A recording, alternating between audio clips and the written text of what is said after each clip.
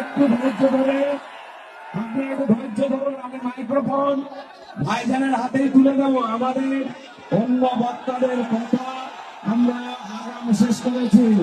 আপনাদের একটু ধৈর্য ধরে একটু সুযোগ করে দেবতে বলবো। আচ্ছা, আপনারা একটু দেখে সাইড দেবেন। বাবু একটু বসে পড়ো। আমাকে ওই জন্য আসতে হয়েছে কারণ আমি যখন তার বাড়িতে এসেছিলাম, তার বাড়িতে যখন গিয়েছিলাম, পরিবারের লোকজনকে আমি একটা কথা বলেছিলাম যে আপনারা যদি চান সহযোগিতা করব, অন্যথায় আপনারা যেটা বলবেন, যেটা করলে ভালো হয় আপনারা করুন। তখন পরিবারের লোকজন বলেছিল যে লোকাল এক জনপ্রতিনিধির নাম, তিনি তাদেরকে সমস্ত রকম সহযোগিতা করবে। আমি তখন তাকে না বলিনি। আমি বলেছিলাম যদি আপনার স্বামী, আপনার ছেলে, আপনার ভাইয়ের যদি খুনিরা বিচার পায় তার সহযোগিতাতে, তাহলে আমি নওশাদ সিদ্দিকী আমিও খুশি হব যে অন্তত খুনিগুলো বিচার পেল। কিন্তু দুর্ভাগ্য, তার পরিবর্তে যে ছেলেটিকে খুন করা হলো, তার পরিবারের সাথে যখন যোগাযোগ করছি, তারা বলছে, তারা জানাচ্ছে আমাদের নেতাদের মাধ্যমে যে যার উপরই ভরসা করেছিলাম সেই গোপনে তাদেরকে জামিনের ব্যবস্থা করে দিচ্ছে। এটা আমাদেরকে ভাবতে হবে, তাহলে কাদের ভরসায় আমরা আছি আমাদেরকে ভাবতে হবে। বাবার সময় এসেছে, আমাদেরকে এগিয়ে আসতে হবে, আমাদেরকে তৈরি হতে হবে। গণতান্ত্রিক প্রক্রিয়াতে যে হিংসা বিদ্বেষ চলছে সেইগুলোকে বন্ধ করতে হবে। যত রকম অন্যায় অনাচার চলছে সবের বিরুদ্ধে আমাদেরকে লড়াই করতে হবে।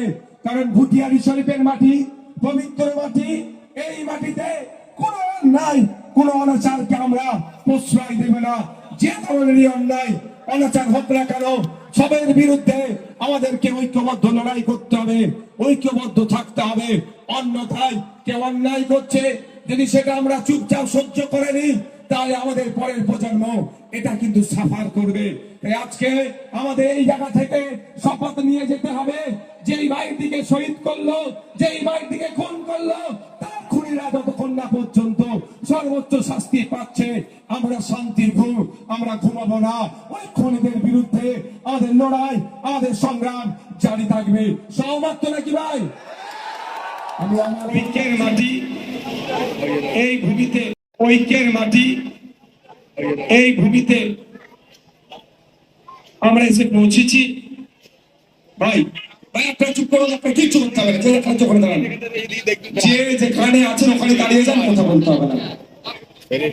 আর কতদিন টাইম পাবো আমরা? কত টাইম, কত টাইম, কত আছে?